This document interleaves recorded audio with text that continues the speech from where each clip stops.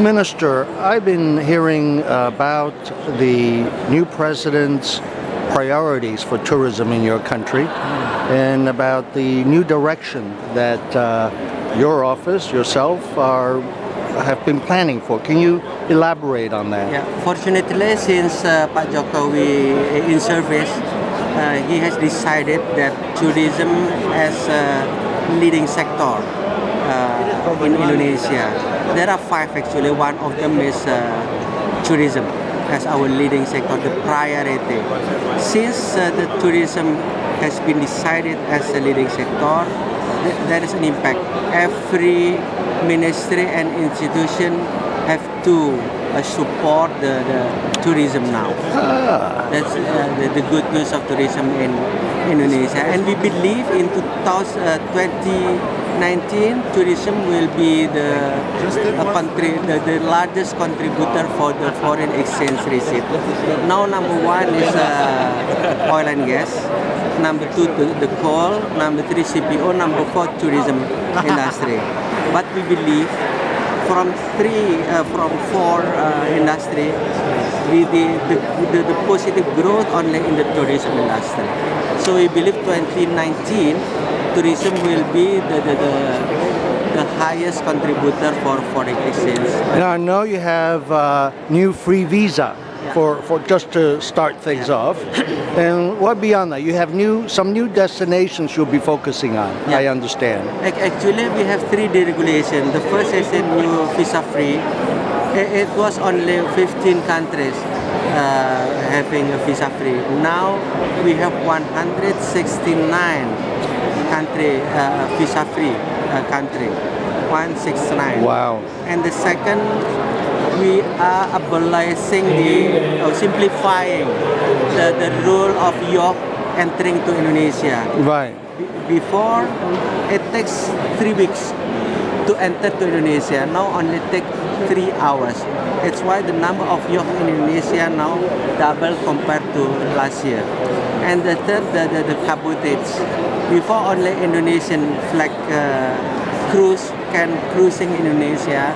Now we give the advantage to the foreign cruise to cruise in Indonesia in 5 big seaports.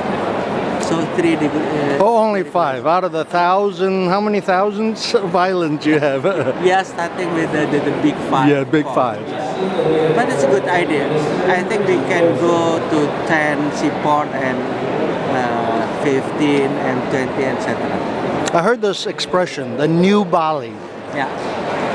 And what is that? Yeah. We have to realize that Indonesia now only have 3 main destinations. It's called Bali, contributing 40%. The second, Jakarta, contributing 30%. And then Rio Islands, contributing 20%. So these 3 main destinations contributes around 90%.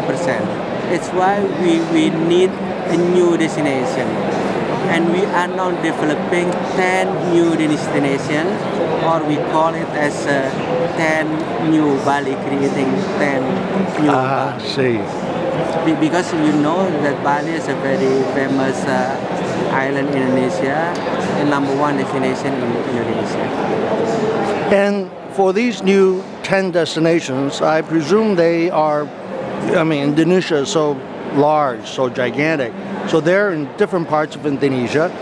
What about the access between these 10 new destinations? A good question. We realize that our weaknesses is in the infrastructure, but for 10 new Bali, government guarantee to develop the infrastructures.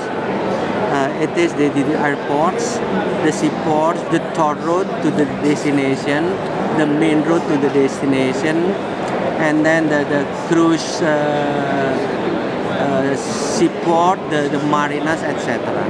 And we are going to develop the tourism resort as well. But for the tourism resort, it has to be built by the private sectors. The government only providing the basic infrastructures and facilities. For sure. We need around $20 billion investment in developing 10 new Balis.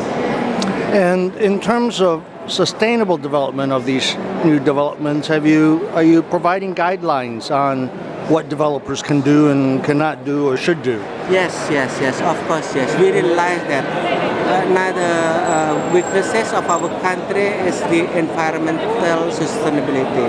We are number 134 from 141. It's why we asked to the UNWTO to guide us to have what we call sustainable tourism development. As for your information, that Indonesia is as the second country who received the certification from UNWTO. Oh, number okay. 2 after Excellent. China.